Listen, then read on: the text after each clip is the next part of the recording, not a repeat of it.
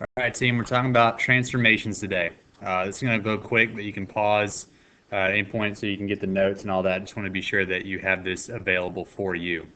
We're just going to apply all the different transformations that we've done in Algebra 2, Geometry, and Algebra 1 previously. We're just going to do it all kind of one day. So here's our original one. If you want to write down the X and Y chart, that's cool. Domain and range, we won't do it for all of them.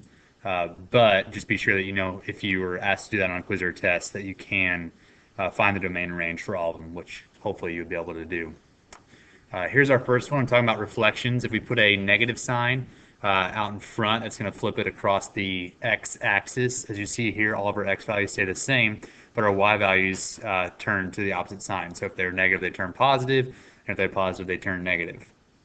Kind of similarly, if the negative is on the inside of the parentheses, everything's flipping as far as across the y-axis, and this time all the x values change. So before it was -4, now it's 4. Instead it was -1, now it's 1.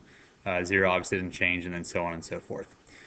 Those are reflections dealing with negative signs on the inside and outside of the parentheses. Like I said, pause at any point if you need to copy this down. Vertical shifts going up or down, this one's pretty intuitive. Anytime we add a c amount of units to the whole entire function, it's going up. So that this is our picture of going up, and then c units going down, same idea, everything's moving down 2 units.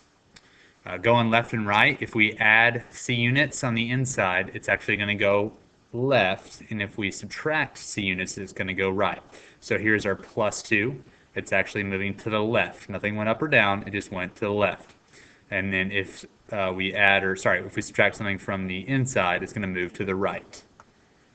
And then lastly, we have our stretches and compressions. This is a vertical stretch and compression if the value in front of f of x, we're talking about c here, if it's more than 1, 2, 3, 8, 10, whatever, we're going to be multiplying all the y values times whatever number that is. So originally here, it was 0, -3. Well, 0 times 2 is still 0. But -3 times 2 is -6. Instead of being at -3, now it's down at -6, and so on and so forth. Yeah. Okay. And then similarly, if we multiply all the y values times 1/2 here, so therefore it's all shrinking. It's compressing. That's what we call that. It's a vertical compression. Everything shrinks down. Yeah. And then lastly, we have our horizontal stretch and compression. This is kind of counterintuitive. It's kind of the opposite of what we think would happen if I multiply c here on the inside. It actually, by a bigger number, so 2, 4, 8, whole number, it's actually compressing, if we see that there.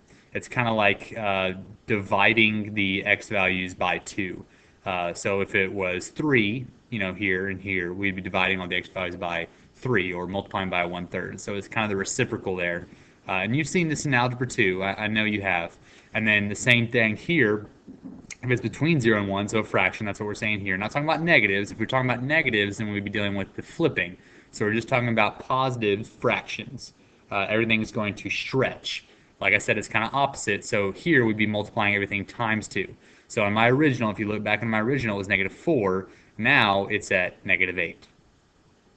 That's it. Good luck, and I'll see you tomorrow. So that